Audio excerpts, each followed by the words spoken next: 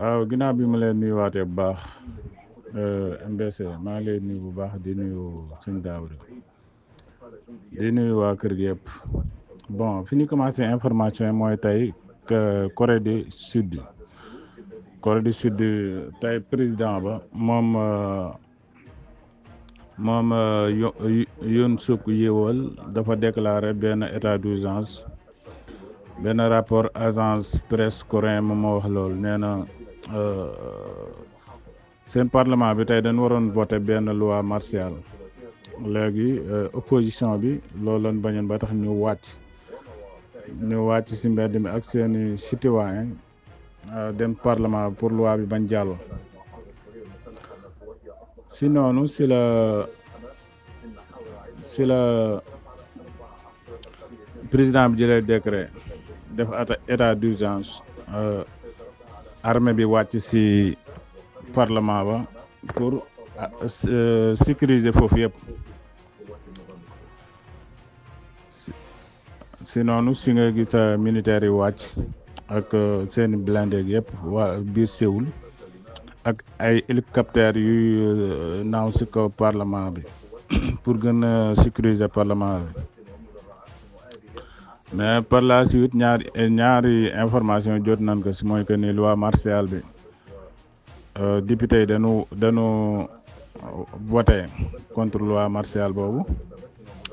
aussi tamit am na beneen information bi ma gis ñu ni loi martiale bi jàll na waaw ba tax na daal tey Corée du Sud tàngoon na trop ba tey bokk na ci information yi ci groupe SCM Info International neenu en 2025 Russie budget bi yokk na ko ba 41%. budget Russie bi yokku na ko nee na lu tollook 135 milliards de dollars mooy jëm ci wàllu défense mu nekk loo xamante ne ni dafa dépassé budget éducation bi ak budget santé bi ak budget économie ak budget politique sociale bi maanaam budget défense bi daal moom moo gën a yokk ndaxte ku nekk xam ne 2025 bi lu ne mën na xew malgré que Trump wax na li muy wax mais teewul Russie ba léegi amul confiance ci waxu Trump léegi daal ñoom ñoo ngi préparé pour buñ duggee ci guerre ak OTAN mu bañ leen a bett ba tax na seen système de seen budget défense bi daal ful nañ ko ful bu jéggi dayoo ba tey bokk na ci information yi neen Ukraine bàyyi na yéene bi mu amoon pour dugg biir OTAN ministre bi yor wàllu affaires étrangères moo ko wax nee na Ukraine officiellement dafa déclaré ne du nangu benn garantie sécurité bu jóge ci OTAN ñàkkul ni Ukraine dafa mere OTAN ndaxte Mark Rutte mi jiite OTAN génn na wax aussi tamit États-Unis ñoom nanguwuñu Ukraine dugg biir OTAN ba tax na ñoom ñoo ngi doon xalaat ñoo defoon na benn invitation pour ndaje bi war a am fan yi Bruxelles ñu mën a dugg biir OTAN le fait que ñu gis gars yi manifesté wu ñu mujj dellu ginnaaw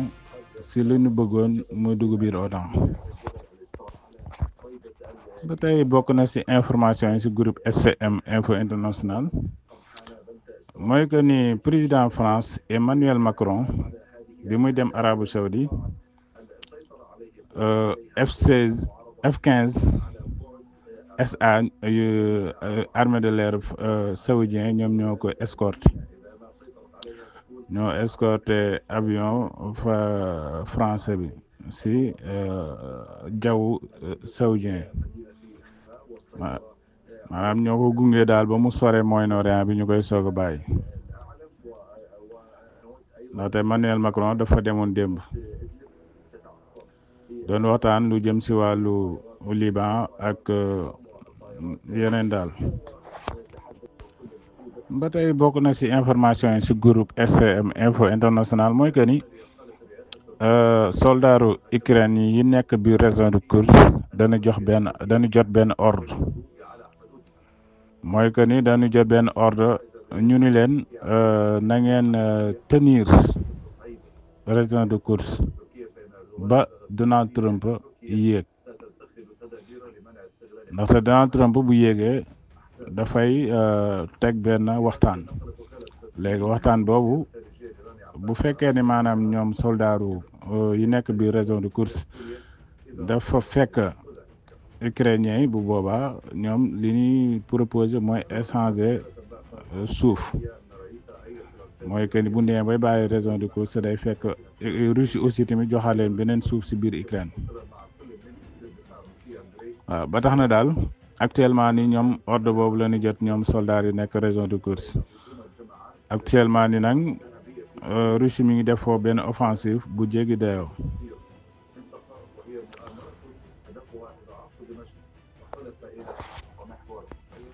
ba tey bokk na ci information yi mooy que ni neenu Syrie mi ngi gën a renforcer ak ñi ko may doole pour mu jàkkaarloog jihadis yi pour def benn phase offensive ci biir jihadis ci côté nord pays na gouvernement bu Syrie mën nañ compter ci jàppale bi nga xamante ni Russie mi ngi leen koy jàppale aussi tamit milice yu iranien yi renfort bi nga xamante ni mi ngi leen ko war a def nee na conseil militaire iranien bi ñoo wax loolu mais nee na Hezbollah moom actuellement nii heure bi nekk nii Hezbollah teewagul ci guerre bi ndax ku nekk xam na ni Hezbollah actuellement nii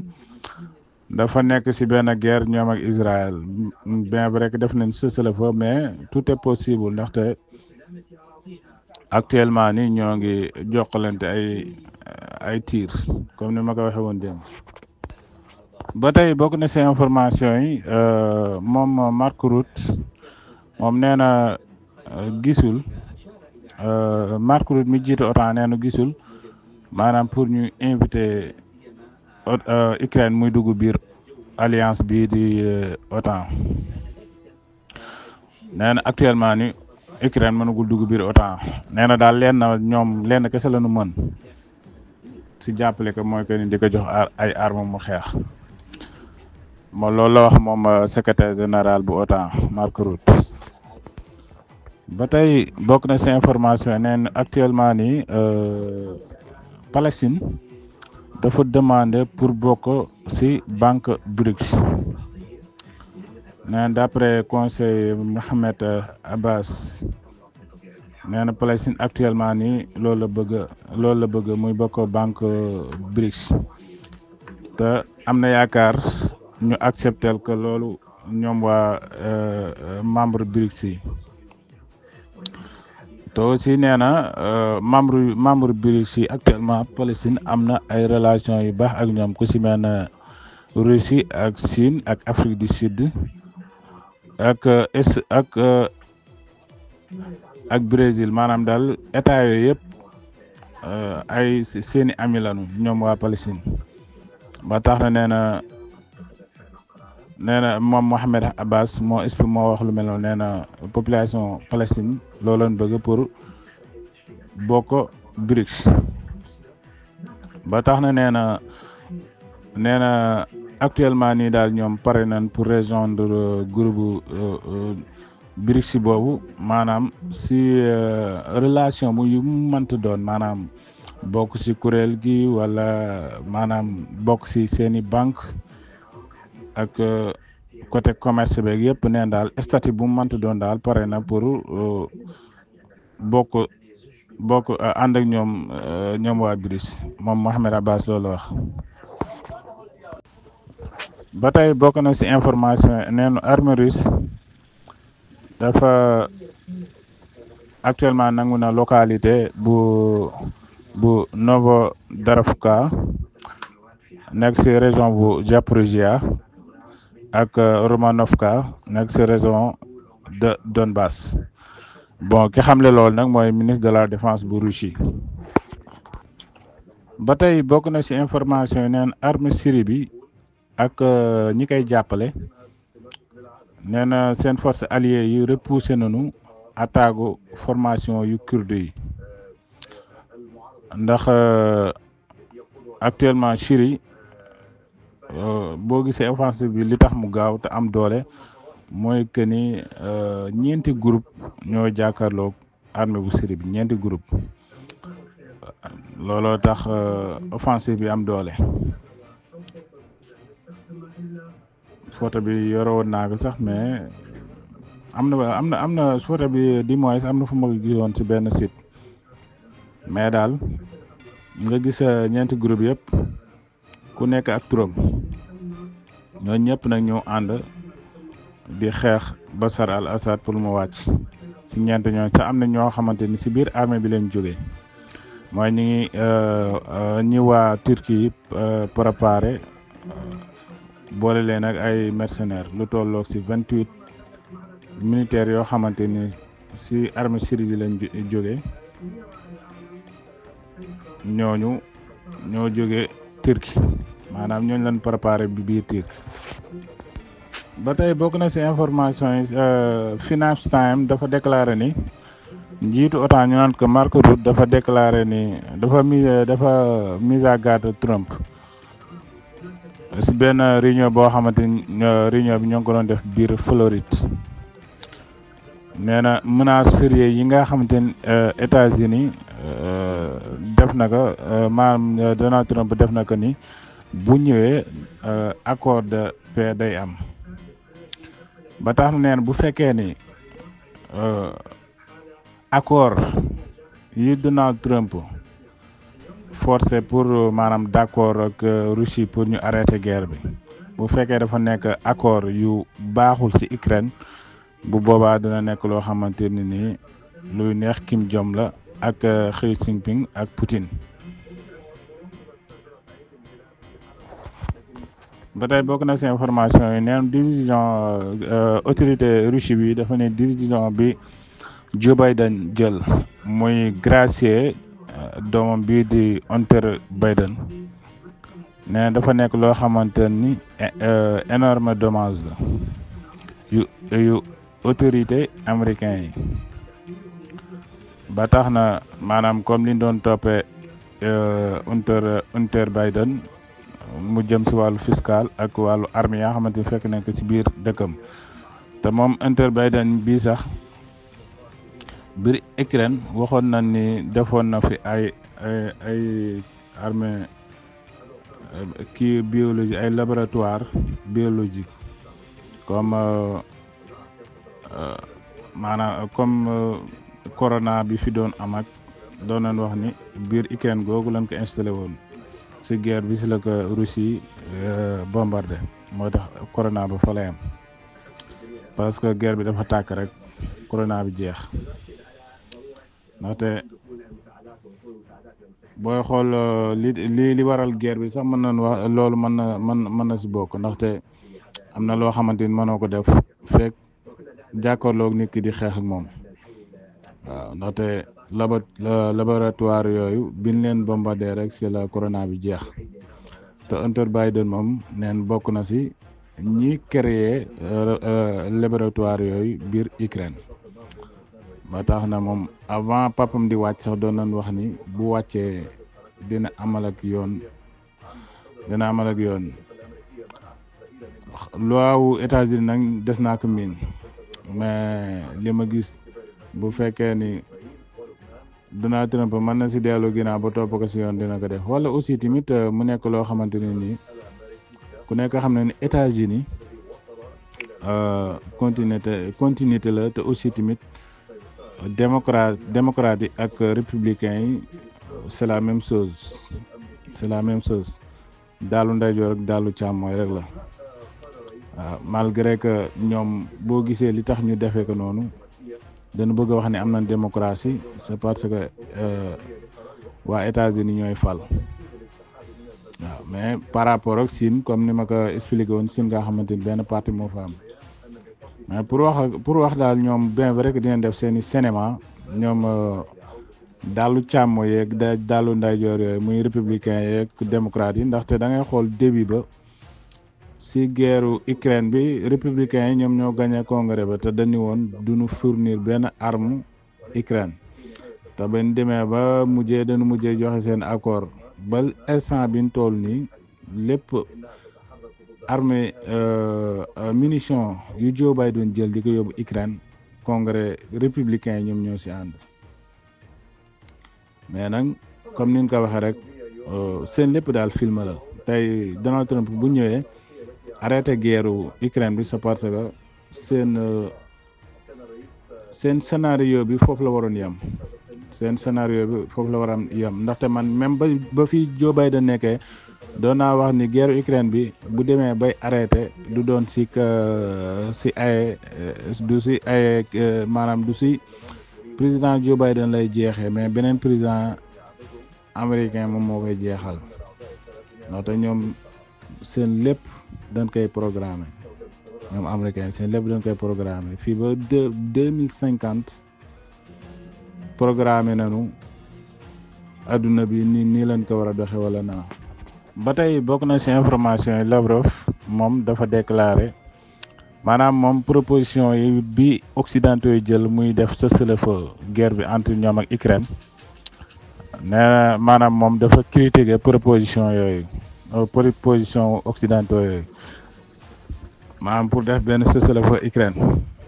loolu mi ngi ko xamle ci benn réunion bu mu doon def homologam hongrois bi ñu naan ko Péter Szijjártó te muy yore ministère bi yor wàllu affaires étrangères nee na daal cessez-le-feu boobu daf ko considéré comme maanaam actuellement occidentaux yi dañu tële moo tax ñu wax affaire cessez-le-feu nee na daal li nu d'accord daal mooy ñu waxtaan jàmmam mooy li gën a yomb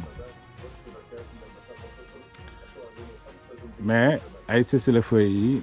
ne loolu da nga critiquer moom Lavrov ba tax na ku nekk xam na ni actuellement nii loolu lu arrangé Ukraine loolu dafa arrangé Ukraine moo tax occidentaux yi di ko proposé cessez-le-feu ndax bu ñu defee cessez-le-feu ba militaire u Ukraine yi nekk biir région de Kursk te bu Trump ñëwee ñu war a waxtaan bu boobaa ñoom dañuy mën a maintien suuf bi nu nangu ci biir région de Kursk te Russie li nekk bëgg-bëgg mooy jëlee leen fa balaay Donald Trump di ñëw ñu commencé waxtaan bi loolu moo tax waa Russie ñoom loolu arrangé wu leen ba tax seen ministère bi yor wàllu affaires étrangères ñu naan ko Sergey Lavrov mu critiqué proposition boobu nga xamante ni waa occidentaux yi proposé nañ leen ko maanaam daal ñoom loolu dañ ko dàq ñoom waa Ukraine ànduñu ci loolu. ba tey bokk na ci information yi nee na États-Unis dafa ruus ci Kiev maanaam waa Ukraine yi dañ leen bett ndaxte la fait que mën nu recruter liñ leen jox ci arme ndax nee na fin mandat wu Joe Biden bi actuellement nii États-Unis daf leen envoyé munitions yu bëri te États-Unis avant muy def loolu dafa waxoon âge u recrutement yi nañ ko wàññi ba 18 ans mais waa Kiev ñoom dañu bañ Zelensky nag jamono yee génn na ni États-Unis mi ngi naan ñuy wàññi âge yi te actuellement ni amuñu armée yu doy fi mu toll nii léegi nag waa États-Unis ñoom dañu génn ni ñoom dañu waa Ukraine di leen teg gàcc ndaxte le fait que wàññiwunu âge 25 ans ba 18 ans le fait que wàññiwun ko maanaam ku am 18 ans rek da nga war a dem guerre Ukraine da nga bàyyi 25 ans léegi nag loolu nag bi mu amee waa États-Unis dafa am lu leen métti Washington Post nag moom moo wax loolu ci benn source boo xamante ni am na ko actuellement nii waa Ukraine yi ñoom dañu lànk ni appel yi ñuy def ci recrutement yi ñuy def ci armée bi maximum 25 ans lay commencé jëm kaw mais pas 18 ans léegi nag loolu États-Unis ñoom def leen ci nee na daal Ukraine daf leen gàcceel le fait que wàññiwunu âge yi malgré que jox nañ leen munitions yu doy mais actuellement nii munitions yi amuñu ku koy yore ndaxte amuñu recrutement yu doy waaye Ukraine amuñu recrutement yu doy yi leen États-Unis armée yi munitions yi mu leen jox Ukraine daal amul recrutement yu doy yu mën a yore armée yooyu ba tey bokk na ci information Kremlin ñoom benn événement bi am Géorgie actuellement nii nee na signe yëpp da leen di yóbbu comme li amoon Ukraine en 2014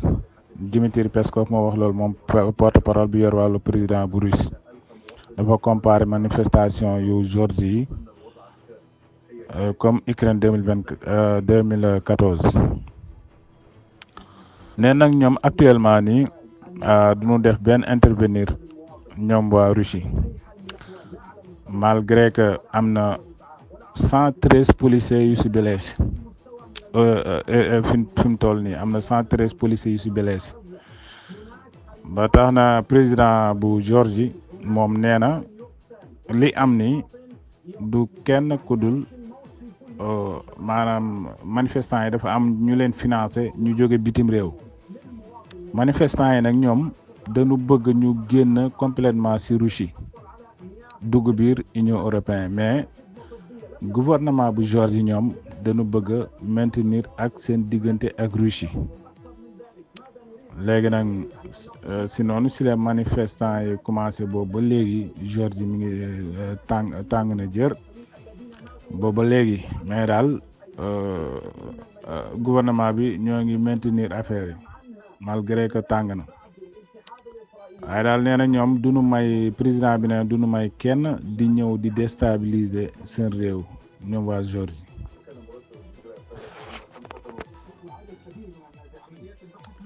ba tey bokk na ci information yi neenu actuellement ni armée bu Corée du Sud bi moom nee na bloqué na lépp loo xamante ni lu maanaam moo dafa boucler parlement ba aussi tamit nee na dana taxaw ci lépp loo xamante ni lu dangereux la lu jëm ci biir Corée du Sud aussi tamit nee na armée bi actuellement ni tere na bépp activité politique biir Corée du Sud ba tax na neenu général Park Han-soo moom moo wax lu mel noonu nee daal actuellement ni affaire yi armée bi moo ko jël amee donc xam naa fi ni jeexale information yi rek mooy John Kirby dafa ñëwaat ci comme li ma doon wax sànq ci États-Unis ni dafa Russie Ukraine la fekk wàññiwul âge yi ba 18 ans bu ngeen gisee affiche bi nag di ngeen xam ni maanaam daal Ukraine États-Unis dafa jël Ukraine di ko def ko wutukaayu xaalis ba tax na porte-parole bu défense bu américain bi moom John Kirby moom nee na États-Unis nee na jàppale bi nga xamante ni mi ngi ko doon jàppale Ukraine dina ko wàññi ndaxte mobilisation bi liñ ko si waxoon defu ko